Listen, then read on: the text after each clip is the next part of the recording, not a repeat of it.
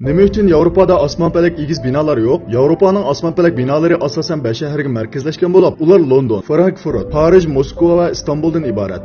Ammo bu joylarni qo'shgandimi ularning osmonpalak binolari Nyu-Yorknikidan xilla oz. Siz Yevropaning shuncha taraqqiy qilib turibmi, osmonpalak binolarning shuncha ozligini o'ylab boqdingizmi? Bugun biz sinchoq saloni bilan birga ko'rib boqaylik. Sinchoq salonni qo'shib olmagan do'stlarning qo'shib olishini umid qilamiz. Ko'hna do'stlar davomli qo'llab, yulduz belgisi besib qo'ying. Amaliyotda buning asosiy ikki sabab bor. Biri Yevropada qadimki imoratlar bir qadar ko'p. Uning ustiga belgi xarakterli qurilishlar ancha egiz emas. Eng egiz bo'lgani Parijdagi Eiffel temir minora. Siz Eiffel temir minorani osmonpalak binolar tarafidan qurishib olingan manzarasini tasavvur qila olamsiz? Unda uçuğun nurgun sihri kuchini yo'qitib qo'ydi. Shunga Yevropadagi nurgun davlatlar yangi yasalgan binolar ommaning har qaysi nuqtadan belgi xarakterlik imoratlarni ko'rishiga to'sqinlik qilishiga bo'lmaydi deb belgilagan. Masalan, London konkur siyosatlarini o'tirib qo'yib, San Paulo cherkovining atrofida bir qadar egiz imoratlarning qurilishiga bo'lmaydi degan. Miyonxun Buvi Maryam cherkovidan yuqori bo'lgan har qanday yangi qurilishning shahar rayonida paydo bo'lishiga yo'l qo'ymagan. Amaliyotda Yevropadagi ko'p qism shaharlar osmonpalak binolar bir shaharning tarixiy qurilmasiga daxl-taruz qilganlik deb qaraydi. Shuni bilish kerakki, Amerika tunji osmonpalak binolarni silishga boshlaganda ko'p sondagi Yevropa shaharlari mavjud bo'lib turgani necha yuz yil, hatto necha ming yil bo'lgan bo'lib, ularning g'oyat zo'r qurilishlarni sig'diraligidek yetarlik bo'shliqi yo'q. Ikkinchi, Yevropadagi nurg'un shaharlarning geologik qurilmasi ularning osmonpalak binolarni silishni qo'llamaydi.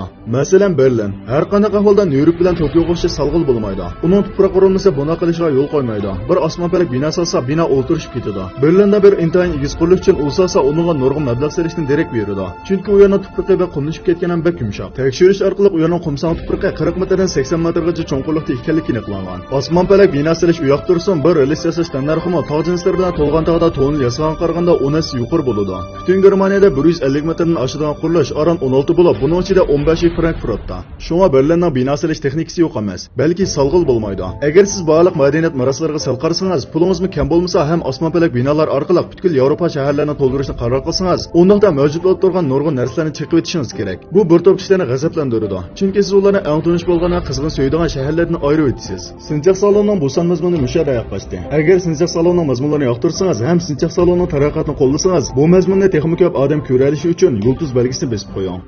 Dunyodagi ajoyib g'aroyibotlar. Siz tug'ilishdan burungi dunyo tarixi. Siz bilmoqchi bo'lgan sirlarning jamgohi. Sinchoq saloni. Hurmatli ko'rurman. Agar dunyodagi ajoyib g'aroyib echilmagan sirlarni bilmoqchi bo'lsangiz, undaqda siz sinchoq salonini qo'shib oling va do'stlaringizga tarqatib qo'ying. Salon izlash nomi Sinchoq.